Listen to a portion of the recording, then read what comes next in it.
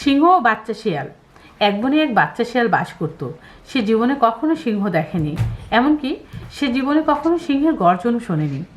কেউ যদি তাকে সিংহের কথা বলে, সে তখন ভয়ে জড়সড় হয়ে যায়।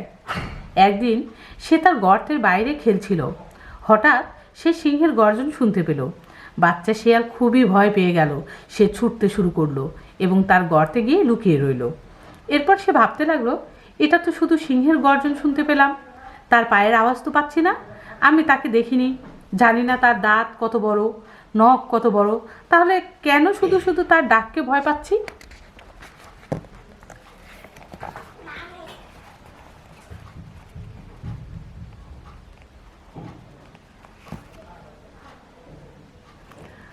এরপর থেকে যখনই বাচ্চা শিয়াল সিংহের গর্জন শুনতো, সে মোটেই ভয় পেত না।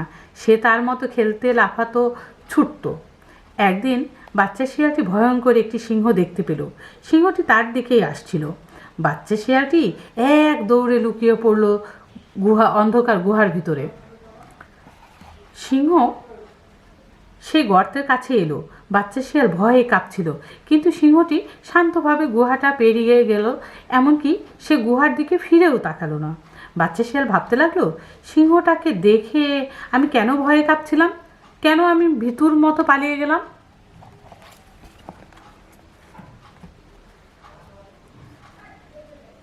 একদিন বাচ্চা শিয়াল বনে খাবার খুঁজছিল। সে তার গুহা থেকে অনেক দূরে চলে গিয়েছিল। হঠাৎ করে সে একটি সিংহ দেখতে পেল। বাচ্চা শিয়াল এবার আর দৌড় দিল না, সে সেখানেই শান্তভাবে দাঁড়িয়ে রইল। কিন্তু সিংহ তাকে দেখতেই পেল না এবং একবারের জন্যও তার দিকে ফিরে তাকালো না। বাচ্চা শিয়াল তার হারানো আত্মবিশ্বাস ফিরে পেল। পরে আরেকদিন সে দেখতে পেল সিংহটি তার পরিবারের সাথে দুপুরের খাবার খাচ্ছে। বাচ্চা শিয়াল সিংহের কাছে গেল এবং তাকে কুর্নিশ করলো। সিংহ তাকে কিছু খাবার দিল।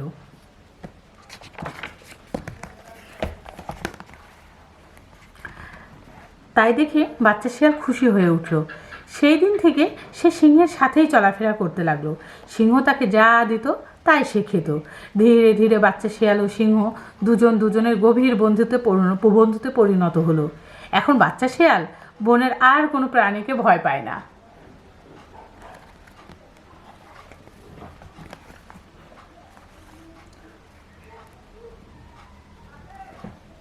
বোকা গাধা।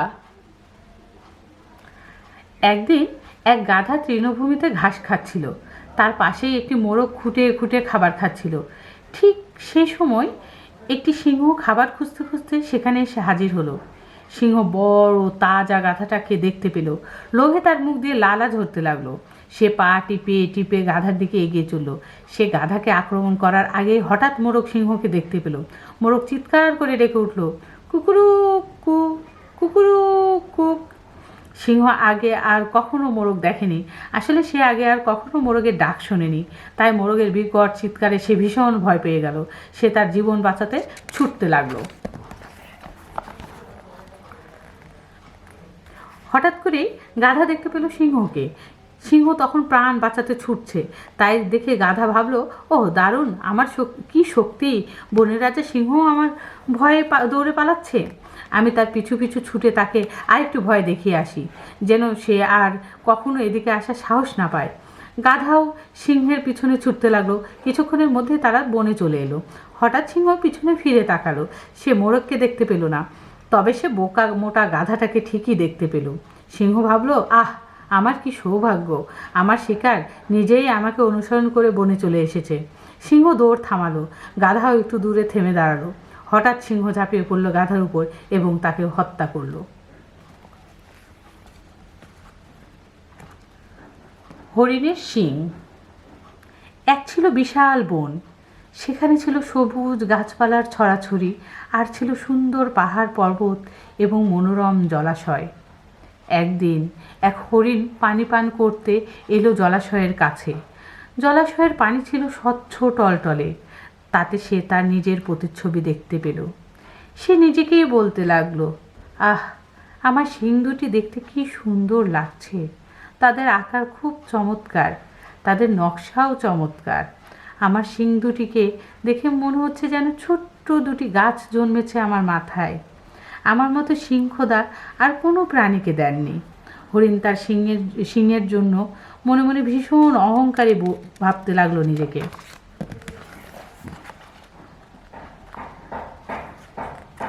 হরিণ এরপর ভাবতে লাগলো, খোদা আমাকে খুব সুন্দর একজোড়া শিং দিয়েছেন সত্যি, কিন্তু আমার পা নিয়ে আমি হতাশ।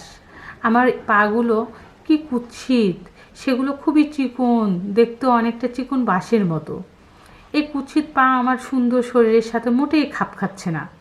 হরিণ যখন এই কথা ভাবছে, ঠিক তখন সে দেখতে পেল কিছু হরিণ তার সামনে দিয়ে ছুটে পালাচ্ছে। সে কিছু বুঝে ওঠার আগেই দেখতে পেল কিছু নেকড়ে তাদের তাড়া করছে। তাই সে দেখে সতর্ক হয়ে গেল হরিণ। সে ছুটতে শুরু করলো। সে তার প্রাণ বাঁচাতে খুব দ্রুত গতিতে ছুটতে লাগলো। নিজেকে বাঁচাতে হরিণ একটি ঝোপের ভিতর ঢুকে পড়ল।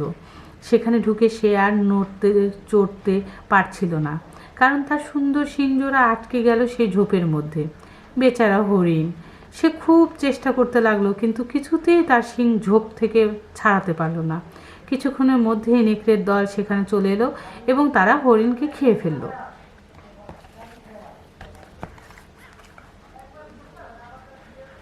দৌড় প্রতিযোগিতা। অনেক অনেক দিন আগের কথা। ছোট্ট একটি জলাশয়ে বাস করত একটি কচ্ছপ। সেই জলাশয়ের তীরে বাস করত এক খরগোশ। একদিন কচ্ছপ সেই জলাশয়ের তীরে খাবারের খোঁজে ঘোরাঘুরি করত। ঠিক তখন তার পিছনে দৌড়ে আসতো খরগোশ। সে ছিল ভীষণ দুষ্টু। খরগোশ চিৎকার করে কচ্ছপকে ভয় দেখাতো। ভয়ে কচ্ছপ তার মাথা ও 4 পা খোলসের ভিতরে নিয়ে যেত।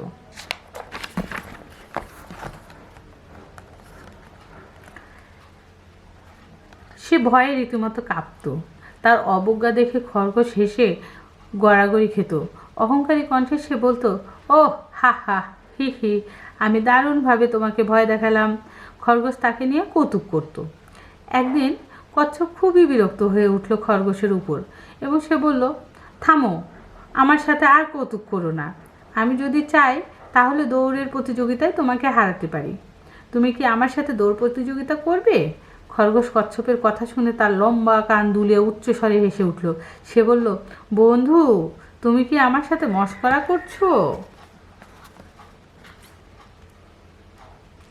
কচ্ছপ এবার ভালো করে তাকালো খরগোশের দিকে। সে বলল, না, আমি তোমার সাথে কোনো মশকরা করছি না।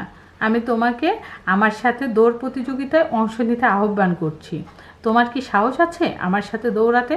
আমি নিশ্চিত জানি তুমি আমার কাছে হারবে। সুতরাং এই কথা চারিদিকে ছড়িয়ে পড়ল যে কচ্ছপ ও খরগোশের মধ্যে দৌড় প্রতিযোগিতা হবে। দৌড়ের সীমানাও নির্ধারিত হলো। তারা জলাশয়ের চারদিকে দৌড়াবে। যে আগে জলাশয়ের শেষ প্রান্তে পৌঁছতে পারবে তাকে বিজয়ী ঘোষণা করা হবে। প্রতিযোগিতার দিনক্ষণ চূড়ান্ত করা হলো। সে কথা ছড়িয়ে পড়লো চারদিকে। অনেক পশু পাখি এলো সেই দৌড় দেখতে। একটি বানর ক্যামেরা নিয়ে এলো সে দৌড় সরাসরি সম্প্রচার করতে।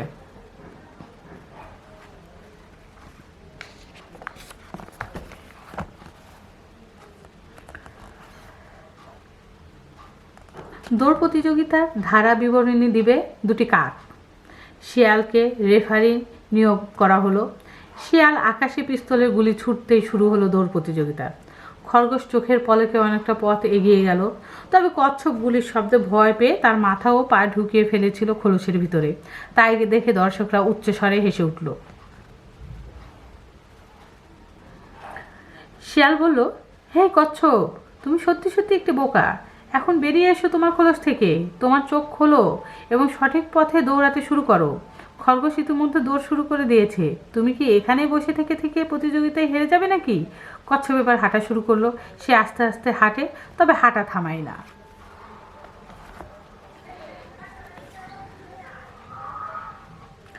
ইতিমধ্যে খরগোশ অনেক দূরে চলে গেছে।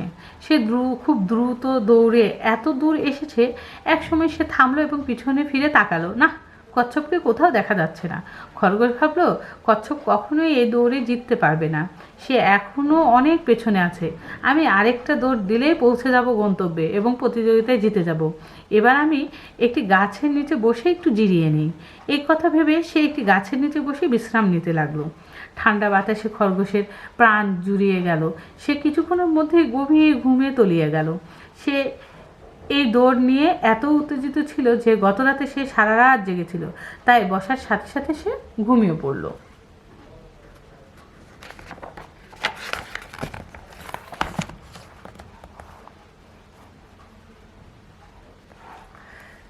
একটি বানর খরগোশের দিকে ক্যামেরা তাক করলো।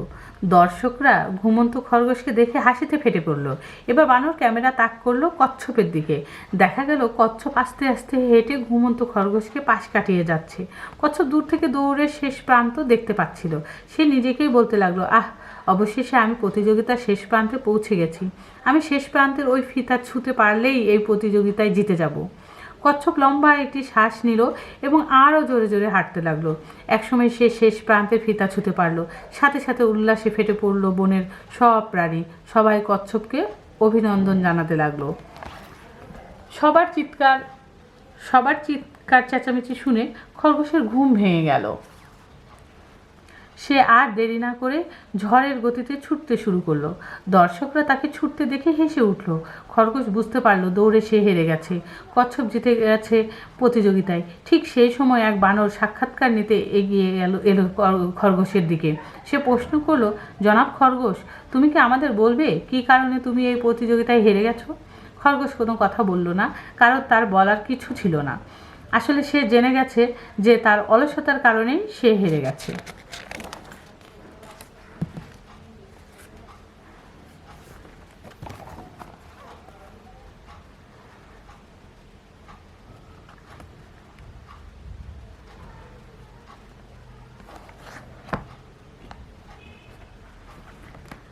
গাধার সাজা। এক গ্রামে বাস করত এক কুমোর। তার ছিল দুটি পোষা প্রাণী, একটি গাধা ও একটি কুকুর। কুকুরটি কুমোরের বাড়ি পাহারা দিত এবং গাধাটি কুমোরের মালামাল বহন করত। কুমোর যখন তার কুকুরকে ডাকতে ইচ্ছে করত সে তখন শীষ দিত। সেই শীষের শব্দ শুনে কুকুর সে যেখানেই থাকতো না কেন লেজ নাড়তে নাড়তে ছুটে আসতো তার প্রভুর কাছে। কুমোর বসে থাকতো আর কুকুরটি পিছনে দু পায়ে দাঁড়িয়ে তার প্রভুকে ভালোবেসে জড়িয়ে ধরত। সে যখন এমন করতো তখন কুমোরও ভালোবেসে জড়িয়ে ধরতো তার কুকুরটাকে। সে তার কুকুরকে খুবই ভালোবাসতো। গাধা কিছু দূরেই একাকী দাঁড়িয়ে থাকতো আর অবাক হয়ে পুরো ব্যাপারটি দেখত। সে মনে মনে কুকুরকে হিংসা করতে লাগলো। সে ভাবতে লাগলো, কি অদ্ভুত ব্যাপার, ওই কুকুরটা সারাদিন কোনো কাজ করে না, অথচ আমার প্রভু তাকে কত ভালোবাসে। সে তাকে ভালো ভালো খাবার দেয়, তার সাথে খেলা করে, আর প্রতিদিন কুকুরকে নিয়ে তার মালিক ঘুরতে বের হয়। অথচ আমি প্রতিদিন কত ভারী ভারী বোঝা বহন করি, তবুও আমার প্রভু আমাকে ভালোবাসে না। কি করলে আমার প্রভু আমাকে অমন ভালোবাসবে? গাধা ভাবতে লাগলো সে কিভাবে তার প্রভুর মন জয় করতে পারে। গাধা ভাবছে কুকুরটা প্রতিদিন মালিককে জড়িয়ে ধরে, তাই মালিকও তাকে খুব ভালোবাসে। একদিন কুমোর তার বন্ধুদের নিয়ে বাড়ির আঙিনায় এসেছিল। তারা একটি ছোট চৌকিতে বসে নাস্তা এবং চা পান করছিল আর সবাই মিলে গল্পগুজব করছিল। এমন সময় গাধা এসে হাজির হলো সেখানে। সে ভাবলো আজ তাকে মালিকের প্রতি ভালোবাসা দেখাতেই হবে।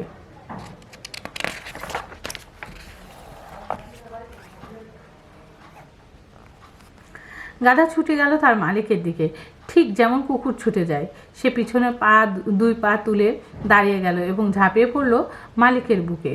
তাই দেখে সবাই অবাক হয়ে গেল, কিন্তু গাধা বেশিক্ষণ দাঁড়িয়ে থাকতে পারল না। সে চিৎ হয়ে পড়ে গেল। গাধার পায়ের আঘাতে চায়ের কাপ ও প্লেট ভেঙে চুরমার হয়ে গেল। খাবার দাবার সব ছড়িয়ে পড়ল চারদিকে। গাধার পায়ের আঘাতে মালিক ভীষণ আহত হলো। এমন কাণ্ড দেখে রেগে আগুন হয়ে গেল কুমোর। সে একটি লাঠি নিয়ে গাধাকে সমানে পিটাতে লাগলো। দুম দাম চটাস চটাস। কুমোরের নির্দয় প্রহারে গাধা আধা মরা হয়ে গেল। ব্যথায় কাতরাতে কাতরাতে গাধা ভাবতে লাগলো, আমি তো কুকুরের মতো আমার মালিককে ভালোবাসা জানাতে গিয়েছিলাম, কিন্তু তাও কেন সে আমাকে এমনভাবে মারলো? আমি গাধা, তাই এমন শাস্তি পেলাম।